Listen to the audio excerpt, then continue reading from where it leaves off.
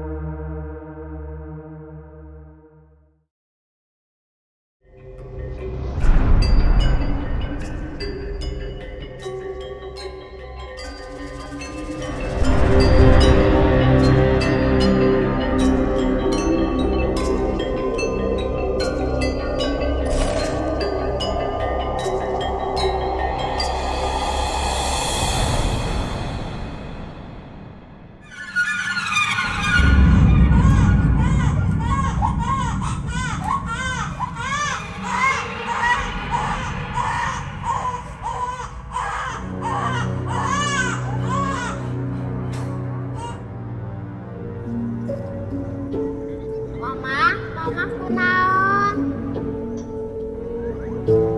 Mama kunaon?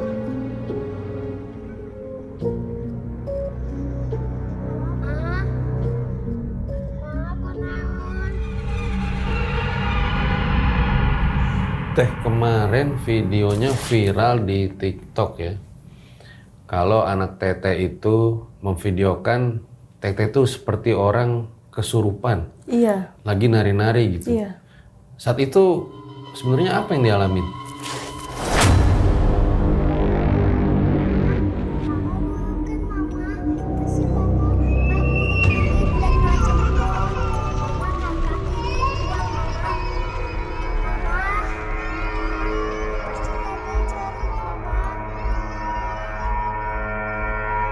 Aku tuh kayak tahu yang aku lakuin gitu, cuman aku nggak bisa kontrol apa yang aku lakuin gitu.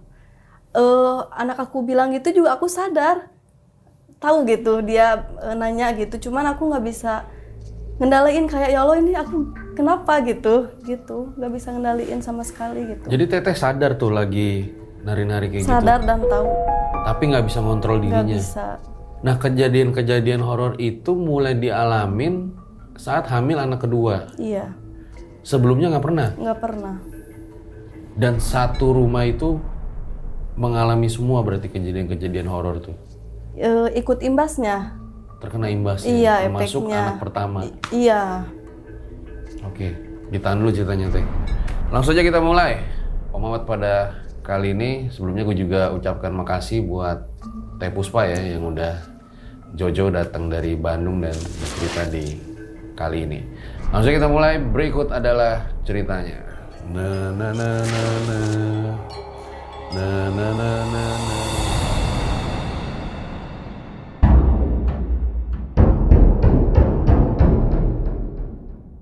Teh Puspa itu yang jangan-jangan itu ya?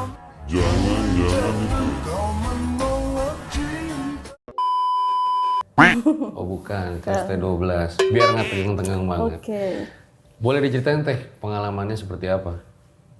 Jadi aku menyadari semua yang terjadi sama aku itu awalnya emang dari kesalahan diri aku gitu. Kayak aku tuh terlalu ngeremehin pantangan-pantangan kayak gitu kan. Kalau di Sunda itu ada pantangan-pantangan, semisal kalau ibu hamil jangan keluar tengah malam, kalau misalkan keluar harus bawa gunting kuku sama bawang putih.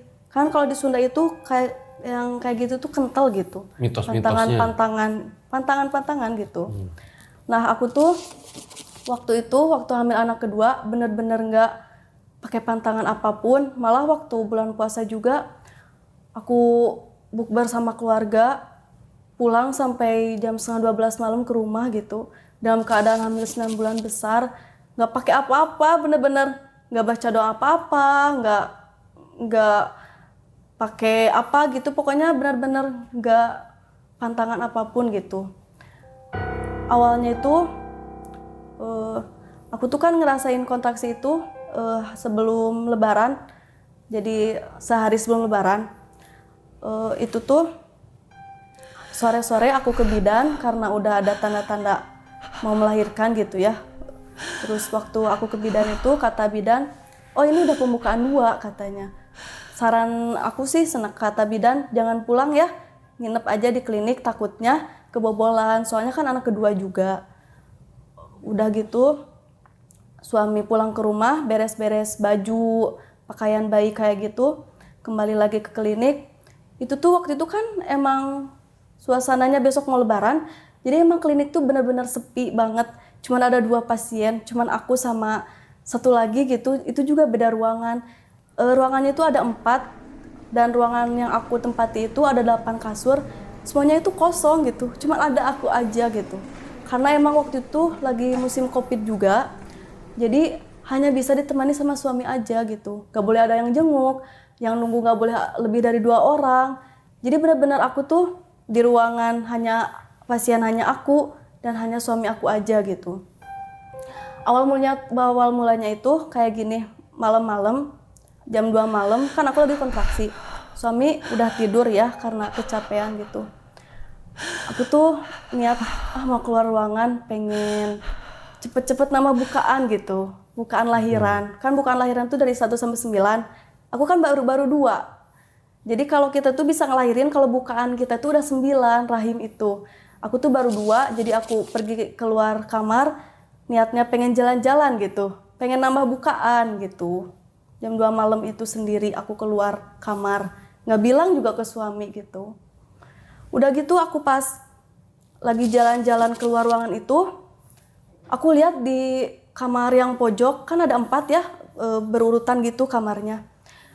Ada di ruangan yang pojok itu, ada pintu yang kebuka, terus ada 3 orang wanita lagi gendong bayi, bayinya itu nangis gitu.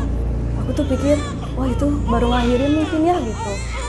Bayinya itu terus nangis, lalu 3 orang itu tuh pergi ke atas, ke ruang perawat, sama bawa bayi itu. Aku pikir, oh mungkin mau bawa bayinya karena bingung kan nangis terus ya.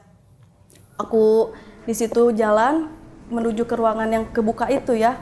Aku tuh kayak seneng, aku ada temen gitu. Ini klinik sepi, terus aku tuh ada temen gitu. Aku tuh seneng banget.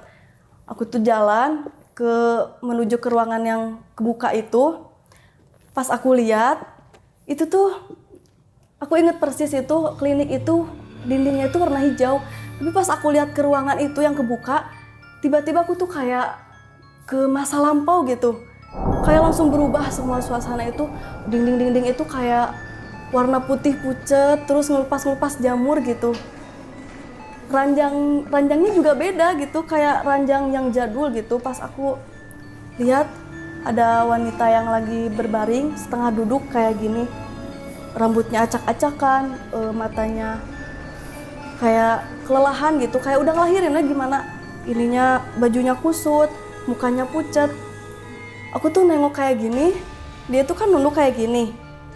Pas aku lihat, dia tuh kayak nengok kayak gini, terus dia tuh senyum sini sedikit kayak gini tah. Gitu. Di situ aku langsung, astagfirullah. Aku tuh langsung lari ke kamar, bangunin suami karena emang langsung merinding banget gitu. Aku pergi ke kamar suami, ke kamar aku, bangunin suami. Pak, bangun. Tadi aku lihat ada yang baru ngelahirin di ruangan sana. Anter yuk. Aku tuh nggak cerita apa-apa ke suami ya, cuman bilang aku pengen lihat aja. Ada orang gitu di sana.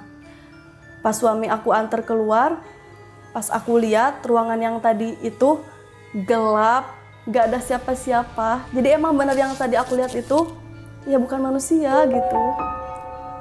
Dan waktu di rukyahnya emang bilang awal mulanya aku ketempelan jin itu wanita itu gitu. Di klinik itu? Iya, pertamanya itu tuh kayak jin jahat. Dulunya itu kayak ibu yang hamil terus dibunuh sama laki-laki gitu.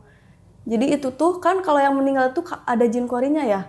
Kan jin kori itu kayak suka buat fitnah, suka ngerugiin orang lain. Nah itu tuh yang ganggu aku itu jin korinya. Energinya itu kayak jahat banget gitu. Dia tuh kayak dendam, kayak dia tuh punya rasa kayak gini. Aku tuh lagi hamil, anak aku dibunuh. Jadi dia tuh pengen aku tuh ngerasain apa yang dia rasain gitu. Jadi aku tuh kayak, kamu tuh harus ngerasain apa yang aku rasain gitu. Jadi kalau ditanya alasannya kenapa dia ganggu aku, kenapa dia ketempelan aku, yaitu mungkin akunya lagi kena apes begitu. Kena apes kalau di Sunda ya, lagi kena apes gitu. Nah kita balik dulu tuh yang tadi bukan kedua, akhirnya balik lagi ke kamar tuh. Iya, balik lagi ke kamar. Udah besoknya semalam itu dicek sama bidan, pembukaan tuh tetap stuk 2. Jadi nggak nambah-nambah dan tapi aku tuh mulesnya itu udah 5 menit sekali. Terus udah 2 menit, jedaannya itu 2 menit gitu waktu mulesnya itu. Kata bidan, kok aneh ya, biasanya kalau rasa kontraksi kayak gini itu udah pembukaan 6, 7, kok aku pembukaan 2 tapi sakitnya udah kayak gini. Kayak kata bidan juga kok aneh ya gitu. Terus aku kan anak kedua, harusnya lebih berpengalaman, lebih cepet. Tapi kok ini malah lama ya. Udah gitu, udah 2 hari di klinik gak ada perubahan. Tetap aja di stuk 2. Tapi aku udah sakit banget. Udah malah malam-malam udah ke bidan nangis-nangis. Bu, aku pengen disesar aja, sakit gitu, gak kuat gitu. Bidannya sabar dulu ya, coba dulu gitu. Pas aku nanyain ke keluarga suami yang emang dia bisa, suami nanya, ini kenapa ya pembukaannya gak nambah-nambah, tapi sakitnya sakit banget gitu. Waktu di Terawang, oh ini ada yang ngehalangin jalannya gitu, jalan lahirnya. Coba nanti Bapak bacain surat An-Nur sampai beres, terus bacain sholawat Ibrahim 10 kali, nanti tiupin ke perutnya gitu. Pas suami udah baca surat An-Nur, sudah baca sholawat Ibrahim, malam-malam kan bacanya, pas subuh dicek sama bidan pembukaan nambah 4. Jadi ada perkembangan gitu ke 4 gitu. Jadi emang benar-benar ada yang ngehalangin jalan lahirnya gitu. Lalu akhirnya lahirlah tuh anak kedua ya.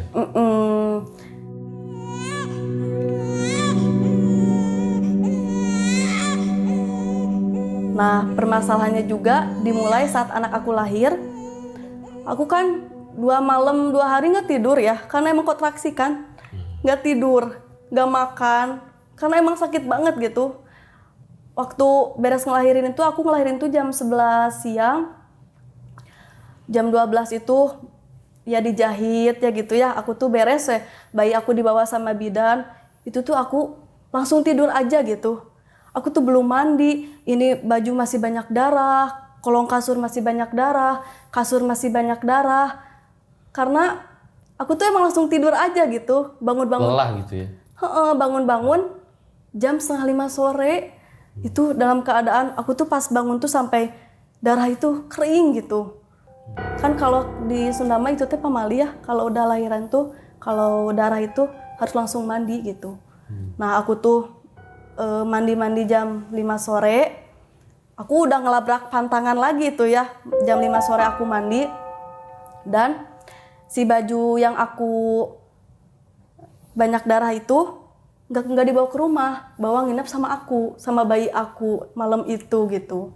Pas malam itu juga aku ngerasa aneh gitu, kayak bayi aku tuh rewel ya malam itu. Pasien yang satunya lagi yang bareng sama aku waktu malam takbiran udah pulang, jadi emang hanya aku aja pasien tuh sama suami gitu. Petugas kliniknya juga sampai setelin murotal gitu. Bilang ke aku, Kak kasihan ya kamu sendiri di klinik ini, aku setelin murotal ya biar bisa tidur. kamu mau pulang juga udah malam ya. Aku juga nggak tahu kenapa waktu itu aku nggak pulang padahal deket. Aku juga itu nggak ngerti gitu. Aku tuh kenapa aku pengen di sini gitu. Udah gitu, waktu malam-malam, aku tuh pintu klinik tuh kayak kebuka dikit. Aku sadar, aku bangun, tutupin lagi, tidur lagi, kebuka lagi. Kayak ada yang bolak-balik, kayak ada yang sibuk bolak-balik terus ngintip-ngintip gitu. Aku pikir tuh ada yang mau nyuri bayi aku gitu. Aku tuh bangunin suami, itu tutupin pintu, kok buka-buka terus ya?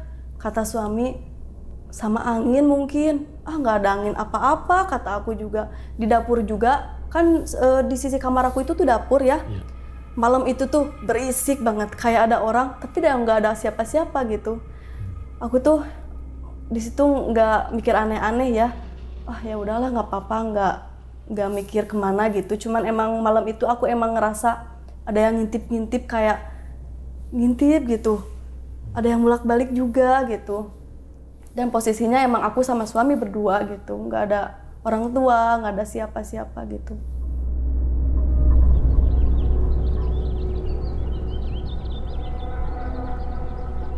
Lalu pas ke rumah, hal yang janggal kembali aku alami pas pulang ke rumah.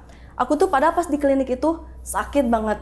Bekas jahitan linu, bekas lahiran, badan tuh ringsek gitu. Tapi nggak ketahu kenapa pas aku pulang ke rumah langsung kayak sehat gitu. Gak ngerasain sedikit pun sakit apapun. Kayak langsung, kok aku kayak nggak baru ngelahirin ya. Padahal aku kontraksi lama gitu. Kok aku jadi sehat kayak gini. Aku pikir, mungkin ini hadiah dari Allah gitu ya, kan aku ngurus bayi serba sendiri. Jadi aku pulang gak ngerasain sakit apa-apa. Tapi pas waktu di ruqyah itu tuh ternyata gak wajar gitu. Aku gak sakit itu tuh gak wajar. Karena emang itu tuh si jin yang di klinik yang jahat itu emang udah ikut ke aku gitu. Udah ngikut. Jadi dia itu kayak udah nempel di aku. Makanya aku gak ngerasain sakit apa-apa gitu waktu itu. Terus kalau malam, kalau aku belum kalau anak kecil tuh diala ininya kutu. Kutu? Anak pertama aku, kutu apa? Kalau malam aku belum ngambil kutu di rambut Nyari anak kutu. aku nggak bisa tidur. Jadi tiap malam itu, habis lahiran itu, aku wajib tiap malam itu ambil kutu anak aku. Sampai suami juga bilang kayak gini, itu teh pamali, kata orang tua mah kalau ambil kutu di malam hari itu pamali. Ya tapi kan aku nggak bisa tidur kalau nggak gini gitu. Itu juga udah nggak wajar gitu. Tapi waktu itu keadaan bayi aku masih baik-baik aja gitu, kayak rewel ya biasa aja rewel. Misalkan popoknya basah, masih biasa aja, belum nunjukin apa-apa gitu. Lalu udah sebulanan aku kayak gitu.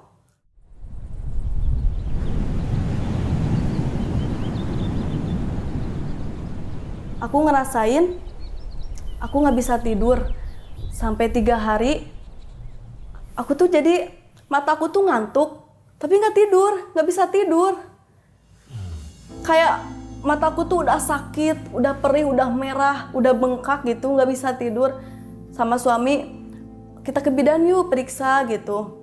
Kenapa kok nggak bisa tidur? Kan kamu urus bayi, masa kamu nggak tidur gitu? Aku pas periksa ke bidan, dicek darah aku normal, pokoknya semuanya aku sehat gitu. Dan aku pulang, aku tuh sampai nangis di klinik itu, minta ke bidan tuh pengen obat tidur karena saking pusing kepala, nggak bisa tidur gitu. Kata bidan nggak bisa, ibu hamil, ibu melahirkan itu nggak bisa dikasih obat tidur, bahaya gitu. Di situ aku kayak, ini bidan nggak ngerti nih, marah aku tuh.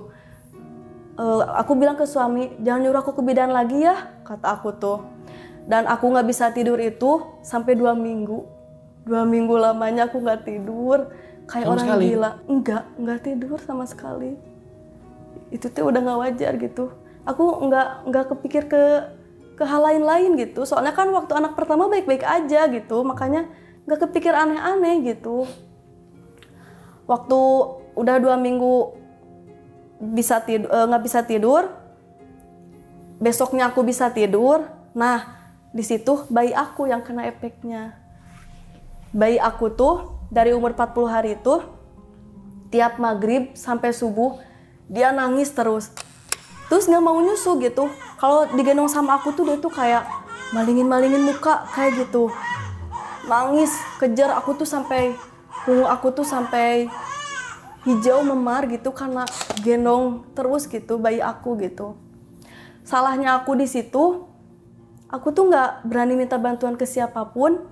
Misalkan bantuin gendong dong, atau aku capek nih, coba pegang dulu bayi aku. Enggak, aku sama sekali sama aku sendiri gitu. Ada yang nanya juga, kamu itu bayi kamu nangis kenapa?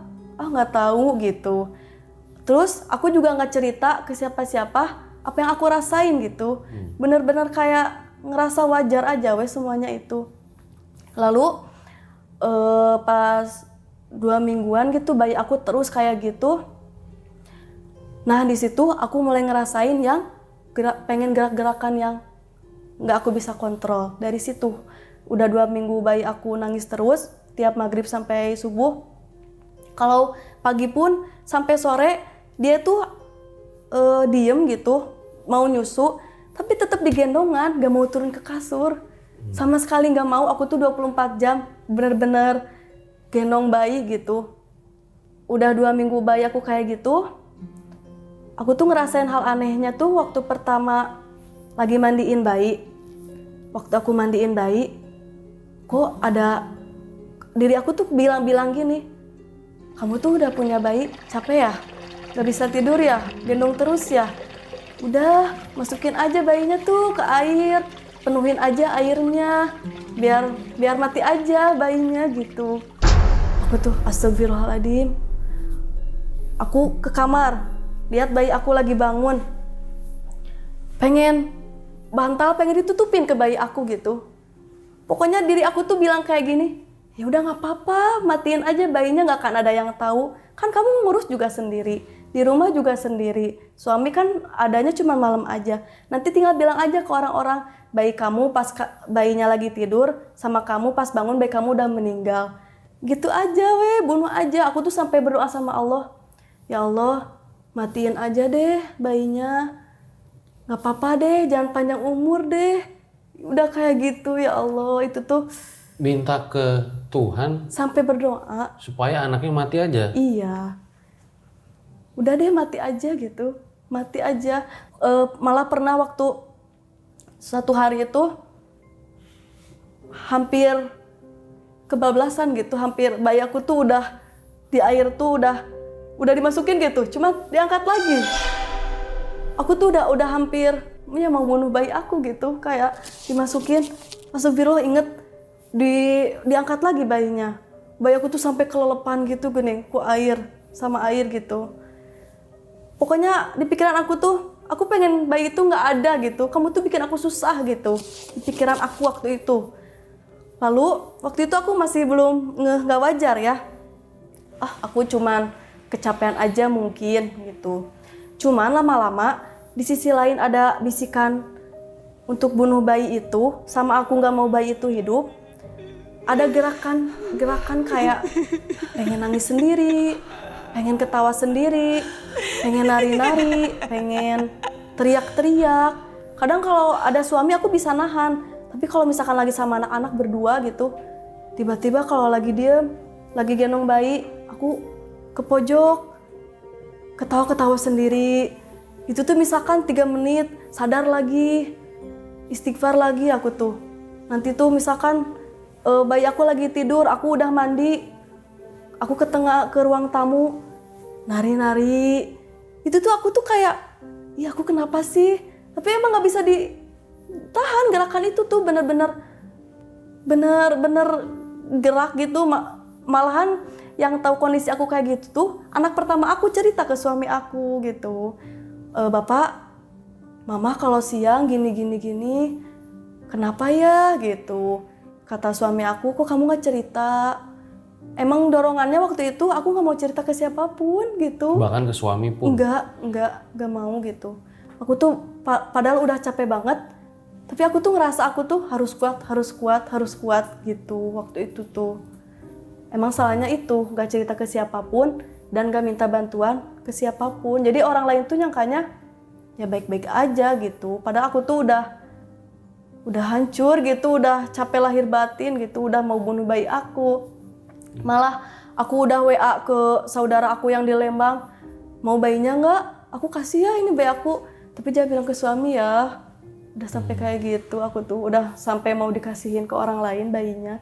Aku cerita ke suami, baru berani cerita itu waktu kok keadaan aku makin parah ya, sampai aku kalau nggak ada suami nangis-nangis sendiri, ketawa-ketawa sendiri. Aku berani cerita ke suami, kata suami mau diobatin ke psikolog atau ke non medis, ke Ustadz Ruqyah kayak gitu. Aku nyoba ke psikolog dulu, nggak langsung ke ruqyah gitu, enggak. Aku coba ke psikolog, ke apa itu, waktu itu kan bisa di koper BPJS ya, aku pakai BPJS. Aku dikasih resep obat, kalau kata dokter emang baby blues gitu, diagnosanya. Aku dikasih obat, nah dikasih obat itu tuh, aku tuh malah jadi linglung. Malah ya, lupa sama anak, lupa sama suami. Kadang suami juga, ini aku siapa? Gak tahu. Malah jadi gitu ke psikolog itu. Karena emang mungkin sakitnya bukan itu. Malah jadi error gitu aku tuh. Malah makin error? Malah kata aku juga kalau udah beres makan obat dari psikolog itu, jadi linglung. Jadi gak inget aku tuh kayak di dunia, punya dunia baru gitu. Yang aku rasain itu gitu. Aku tuh kayak anak gadis yang baru keluar sekolah, rasa aku itu kalau udah makan obat itu gitu. Di situ suami bilang, kok malah tambah parah sih? Mau coba nggak ke ruqyah yuk, ke ustadz yang bisa yuk, kata suami. Aku nggak apa-apa kok gitu, kata aku tuh. Jadi emang kata ustadz ruqyahnya itu kayak dihalangin aja gitu. Aku mau berobat ke ustadz ruqyah tuh kayak dihalangin aja. Kayak aku tuh tetep kekeh, aku tuh baik-baik aja gitu. Itu tuh emang maunya jin itu gitu, biar aku tambah parah gitu, biar hancur gitu. Dia emang tujuannya pengen aku bunuh bayi itu gitu, tujuannya biar ngerasain rasanya kehilangan bayi seperti dia gitu. Dan dia tuh nanti mau bayi aku gitu. Jadi dia tuh kayak dendam yang kenanya aku gitu, kayak gitu. Dan itu tuh jahat banget. Aku nanya ke Ustadz Ruqyahnya, itu tuh siapa sih jinnya itu? Itu tuh Umu Sibyan. Oh, Umu Sibyan. Kan Umu tuh kalau dalam bahasa Arab itu Umu tuh bayi, ibu ya. Sibyan bayi, ibu bayi. Aku pikir itu Umu Sibyan itu baik gitu. Ternyata dia itu jin paling jahat yang ganggu ibu hamil, melahirkan, dan bayi. Dia tuh emang jahat banget gitu.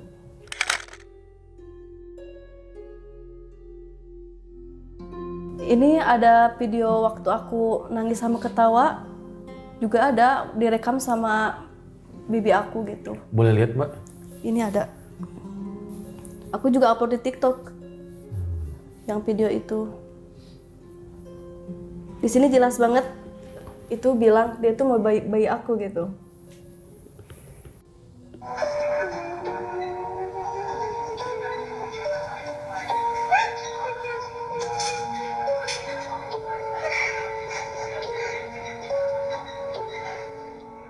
Kasihan sama aku. Makanya bayinya mau saya bawa.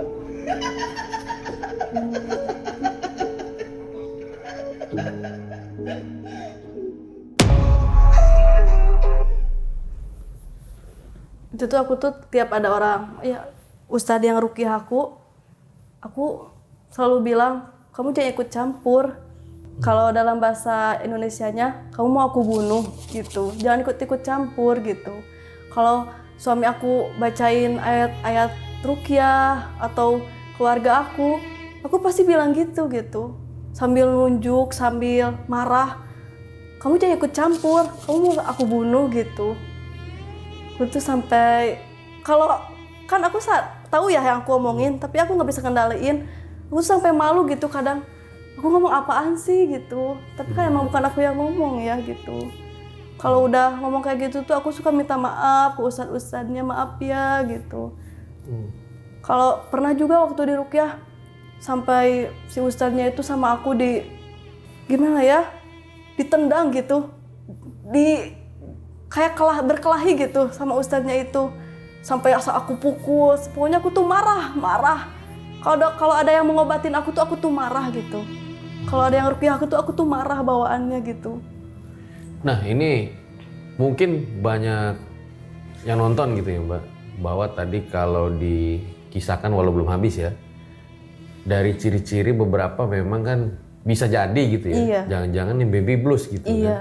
Karena misalnya ada kondisi mental yang mungkin terganggu, Iya. terus mungkin tidak tidur juga gitu ya. Iya. Dan beberapa hal lainnya, dan itu juga udah banyak kasusnya bahwa ibu-ibu itu tega menghabisi bayinya sendiri gitu. Iya. Sampai akhirnya dipenjara gitu ya. Nah pada saat itu Teh Puspa itu ke psikolog apa psikiater? Kayak ke dokter jiwa gitu. Oh, Iya. tapi udah dikasih obat yang diminum? Iya, kalau kayak konsultasinya mah lewat HP.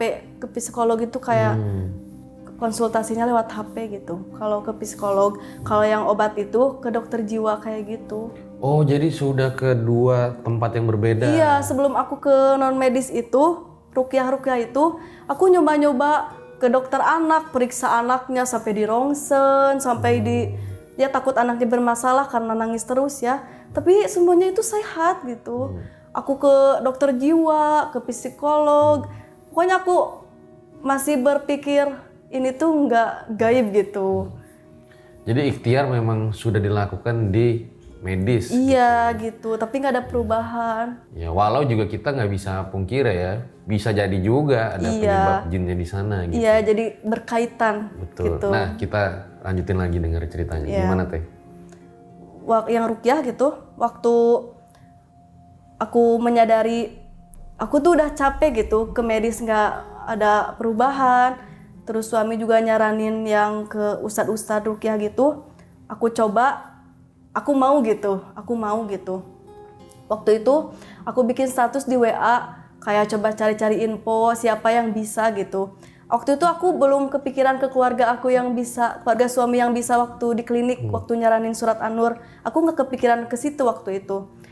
Terus ada teman aku nyaranin, dia itu orang Cibaduyut, katanya waktu dulu anaknya juga kayak gitu dan sembuh sama beliau gitu. Waktu itu aku kontak Ustadz yang di Cibaduyut itu, namanya itu Pak Ustadz Ali. Dia tuh lagi di Jawa gitu, lagi mudik gitu kalau nggak salah. Kata Ustadz Alinya, udah kamu ke murid aku dulu aja sebelum aku pulang, kan besok aku pulang. Kamu ke murid aku dulu aja gitu. Oh iya, muridnya di Lui Panjang, deket sama rumah orang tua aku gitu. Malah aku kenal gitu. Aku tuh sampai pas ketemu, ih kamu bisa ya gitu, karena tetangga gitu. Aku nggak tahu dia bisa ngobatin kayak gitu.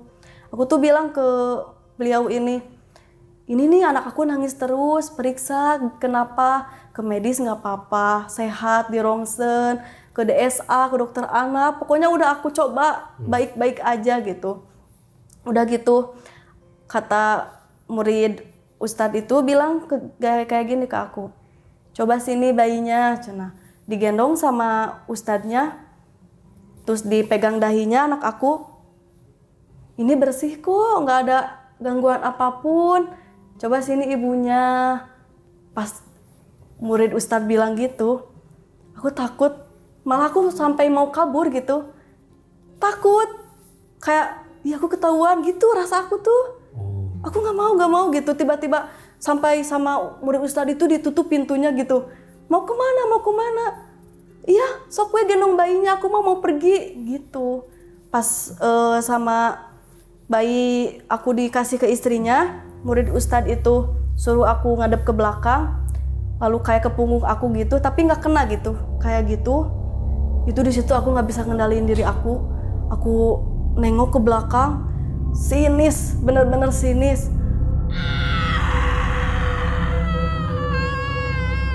langsung aku kayak ngegereng suara singa gitu, kayak marah-marah gitu.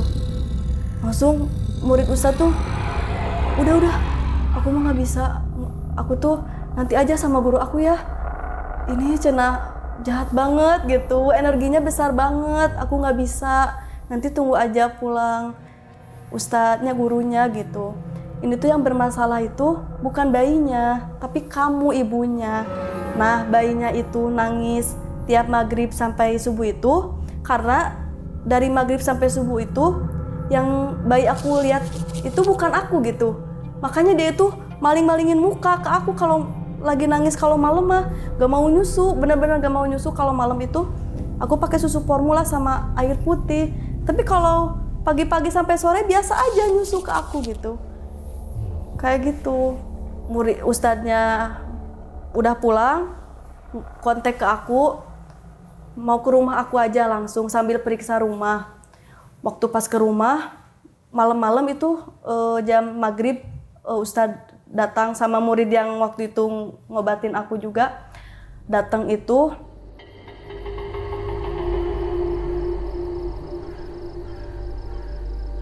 waktu ustadz periksa itu, dia tuh nanya kayak gini, kamu nggak nyadar apa rumah kamu udah kayak gini gitu?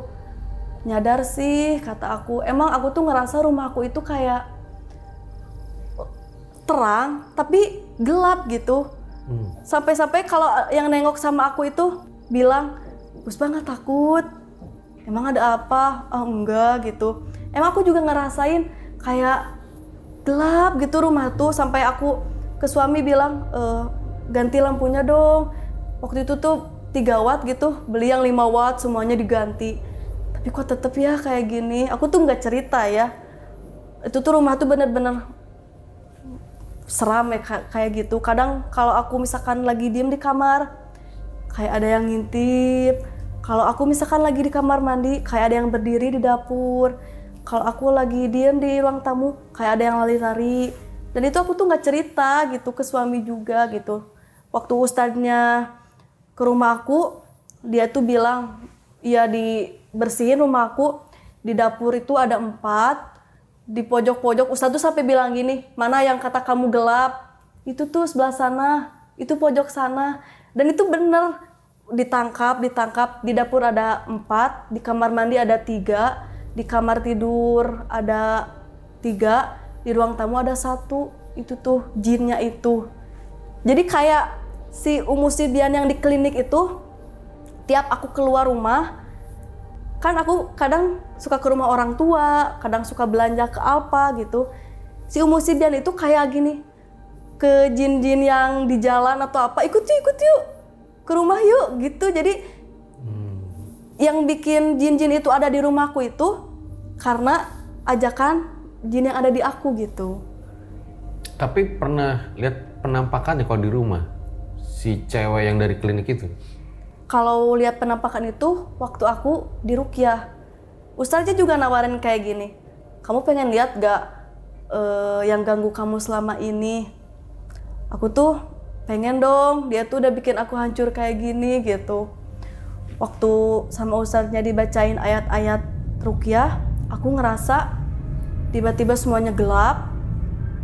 Terus ada di ujung tuh ada lubang kayak sarang laba-laba gitu. Ada lubang gitu. Di situ tuh keluar, ngerangkak, ngerondang, bener-bener keluar ke tembok, muter-muter kayak laba-laba. Iya, ngerondang gitu. Kepalanya di bawah, rambutnya itu sampai ke lantai, panjang banget rambutnya. Si cewek yang klinik tadi? Iya, iya hantu itu ya, Umu Sibian itu ya, cewek itu.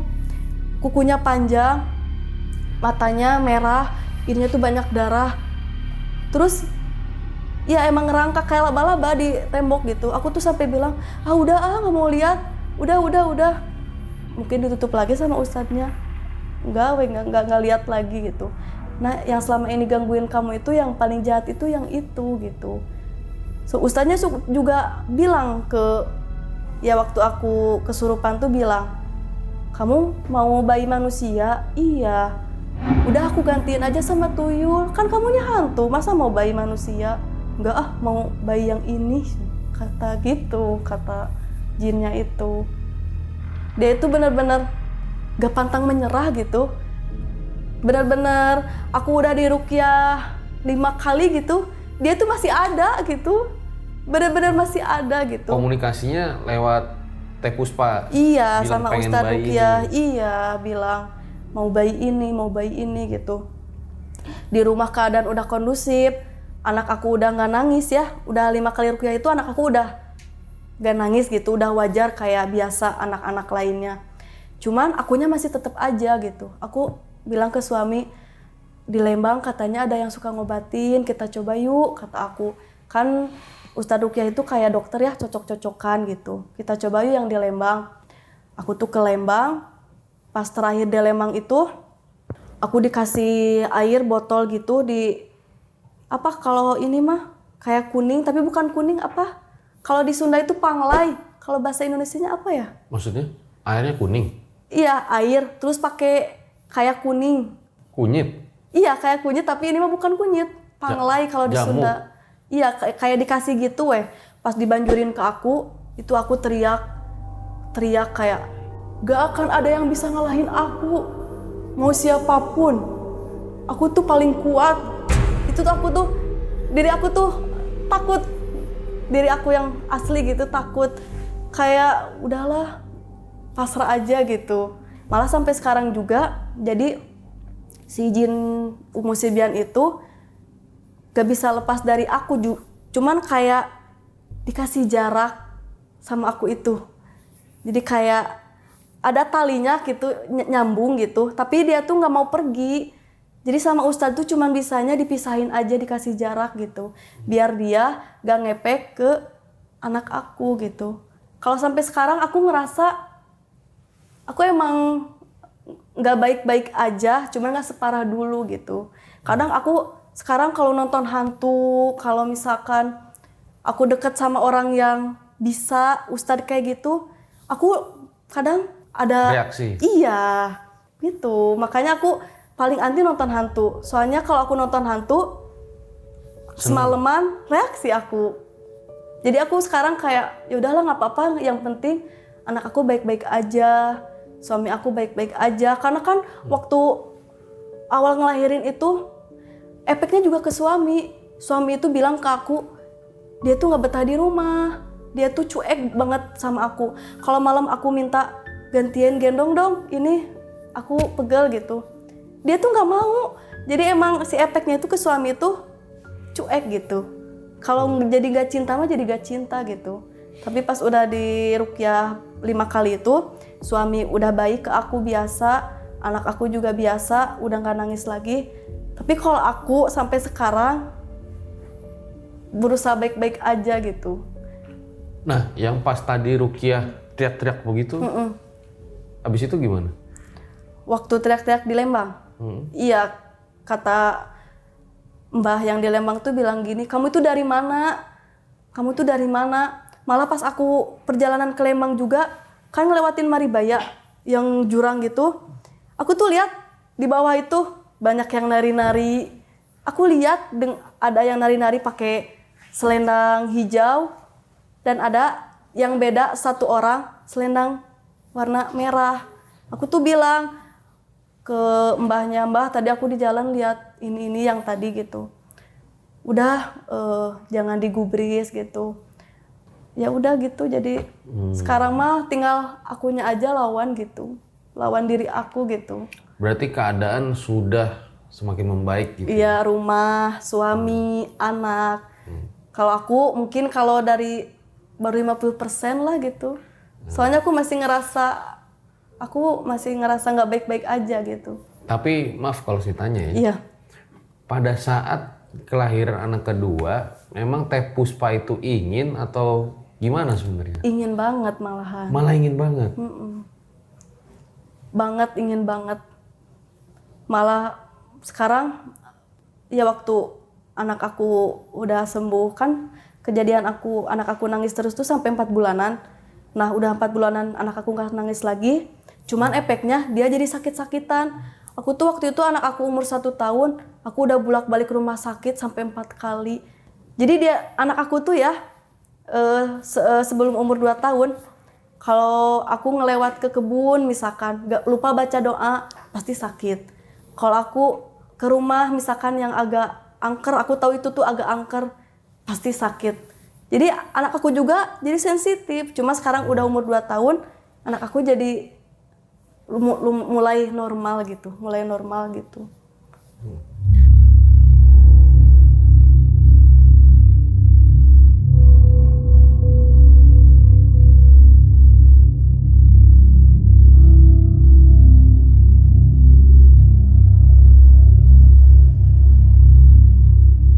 Berarti memang anak kedua itu justru Teh Puspa itu menginginkan sekali gitu ya untuk kelahirannya ya.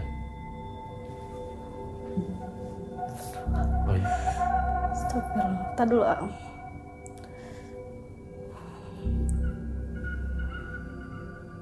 Aku tuh kalau cerita suka gini ya, tadi dulu ya.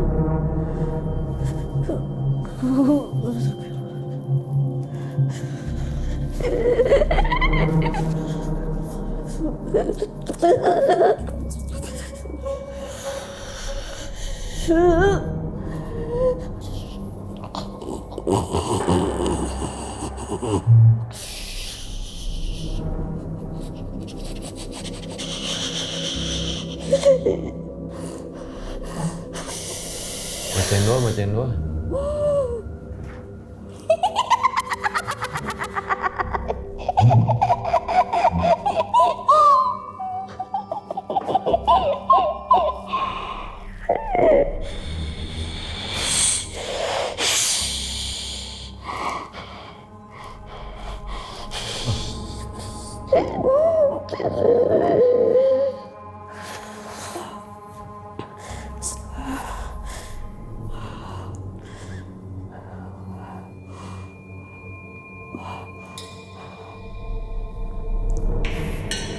Maaf ya, udah enggak.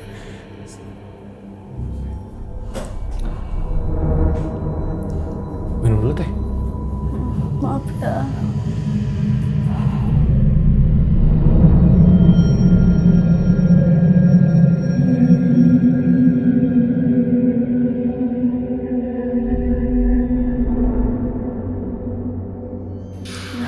Maaf ya. Nggak apa-apa. Nggak apa-apa. Aman tapi? Emang suka gitu kalau. Sampai sekarang masih suka Iya kesurupan kalau kayak gitu? kalau misalkan cerita kayak gini gitu. Kalau misalkan aku kalau udah upload video di TikTok juga gitu. Oh. Jadi kayak gimana ya, kalau mungkin kalau aku cerita kayak yang diundang gitu, nggak tahu kenapa. Iya ya. Nanti aku juga ngendalin diri aku lagi gitu. Kadang nggak sadar juga gitu. Soalnya gini Teh, kalau misalnya tadi kan mungkin banyak yang menduga baby blues gitu ya. Kalau baby blues itu kan ada jangka waktunya. Iya.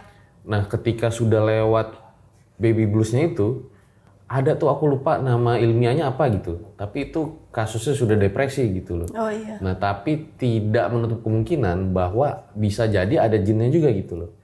Makanya saya ngeliat Teteh masih seperti ini gitu ya. Setelah anaknya umur 2 tahun berarti kan. Iya. Nah ini sebuah hal yang serius menurut saya sih. Gimana ya? Apa mungkin Teteh kalau diruqyah mau gitu loh? Misalnya diruqyah sama Ustadz Faizar, apakah mau? Ya aku mah seneng soalnya emang aku juga mau sembuh gitu. Memang pengen sembuh ya? Karena aku udah ikhtiar juga udah gitu. Awalnya dari hamil ya? Sebelumnya tidak pernah mengalami kejadian kesurupan, melihat hantu? Nggak pernah. Dan sudah coba beberapa ustadz untuk diruqyah, tapi ternyata sampai sekarang masih seperti ini. Iya. Kalau sekarang mungkin kayak ya yang ada dugaan dikirim guna-guna itu. Guna-guna maksudnya? Iya kan kata keluarga saya yang bisa ngobati itu, yang selama ini nangani saya gitu. Aku tuh sekarang tuh lagi ada yang mau hancurin hidup aku gitu. Aku tuh nanya, kok dia gitu ke aku gitu, mau hancurin hidup aku. Terus kata keluarga suami aku yang bisa, sirik itu nggak butuh alasan gitu. Aku tuh Malah kemarin-kemarin pas malam Selasa itu aku tuh posisinya lagi makan. Pokoknya aku ngerasain kalau aku nggak bisa kendaliin diri aku itu, tangan aku tuh dingin. Semuanya dingin gitu. Sekarang dingin nih? Udah enggak sekarang mah. Tadi itu tuh aku udah gemeter, pasti dingin, gemeter. Terus keluarga suami aku yang bisa itu kan orang Cisalak. Nah dia tuh udah sholat maghrib itu, ada leluhur suami aku datang ke dia bilang kayak gini, kamu coba datang ke tempat daerah aku tinggal, ada yang lagi dalam bahaya, tunggu aja sampai jam 10 malam. Nanti tolongin dia, bantuin dia. Nah keluarga suami aku yang bisa itu datang ke tempat tinggal akunya, tempat daerah aku tinggal gitu. Dia tuh waktu Isya itu aku nanya juga ke dia, kok kamu kesini? Oh enggak gitu. Waktu pas jam 8:30 malam aku lagi makan chicken, aku tuh tiba-tiba tangan aku dingin, menggigil. Aku pergi ke kamar, aku panggil suami aku. Kebetulan kan ada keluarga yang bisa itu, tolong panggil ke sini. Pas sama keluarga suami aku dibacain doa-doa, itu aku langsung terpental ke belakang. Ini nggak bisa napas segini, nggak bisa napas sama sekali gitu. Malah pas sama keluarga suami aku yang bisa itu ditanya, kamu itu maunya apa gitu? Kamu itu maunya apa? Jinnya itu bilang, aku tuh sengaja dikirim buat bunuh aku gitu, buat bunuh dia gitu. Jangan. Lalu si keluarga suami itu bilang ke suami aku, oh kata leluhur aku tuh tadi aku disuruh kesini itu, yang dalam bahaya itu ternyata aku gitu. Aku nggak tahu kalau nggak ada dia aku nggak gimana. Berarti beda lagi nih ya? Iya, jadi sekarang itu aku tuh lagi ikhtiar sembuh untuk dari itu gitu. Tapi kalau misalnya Teh Puspa sholat gitu ya, ada reaksi nggak pas sholat? Enggak kalau sholat apa kayak gitu. Apa sholat jadi males gitu? Kalau di ibadah enggak sih, cuman kalau kegiatan sehari-hari, kalau di rumah beres-beres kayak gitu emang males gitu, ngaruh banget, ngaruh. Soalnya bedanya gini, kalau aku di rumah sendiri dari pagi-pagi jam 7 sampai jam 12 aku tidur, jam 7 pagi sampai jam 12 siang. Tapi kalau aku di rumah orang tua aku malah nyaris nggak pernah tidur siang gitu, tidurnya malam aja gitu. Jadi emang efeknya itu kata keluarga suami aku yang bisa mah gitu. Malam tuh, tapi tidur bisa sekarang kan? Bukannya nggak bisa tidur baru tidur pagi? Kalau waktu sekarang, kalau tidur, ya merinding gitu. Waktu sekarang itu, keadaan sekarang gitu, merinding gitu. Tapi tetap bisa tidur di malam kan? Bisa. Cuman harus ya baca-baca doa wajib itu. Kalau enggak ya mimpi buruk langsung gitu. Mimpi buruk sering ya? Mimpi iya. apa? Ya misalkan mimpi kayak dijatuhin di gedung, kita tuh dijatuhin gitu. Atau misalkan ditarik ke dalam laut gitu. Itu tuh kerasa. Nyata ya? Kerasa seseknya, sakitnya kadang mah gitu, kerasa gitu. Ya kita lihat nanti lah ya, apakah misalnya bisa nih kita lanjutkan gitu ya, dengan misalnya kita bawa ke ahli ruqyahnya gitu ya, yang memang biasa kita kenal dari RJL gitu ya, atau ya mungkin sekarang kita doain aja nih semoga Teh Puspa itu dapat segera pulih ya, melanjutkan hidupnya, karena Teh Puspa udah nggak pengen tuh kayak kesurupan lagi. Iya, udah capek. Ngalamin hal-hal horor lagi gitu ya, pengen hidup normal kayak dulu ya sebelum kejadian pertama kali di klinik itu ya. Iya. Amin ya Teh. Bismillah ya, bisa ya insya Allah ya. Bisa insya Allah. Makasih Teh Puspa udah datang dan bercerita di RJL. Iya. Itu dia guys, episode pada kali ini. Ambil baiknya, buang buruknya. Dengan adanya kisah-kisah seperti ini jangan malah menjadikan kalian takut, tapi karena semakin yakin dan percaya dengan kebesarannya, karena tidak ada kekuatan yang lebih besar selain kekuatan Allah Subhanahu wa taala. Gue Fajar Aditya, RJ5 undur diri. Ciao.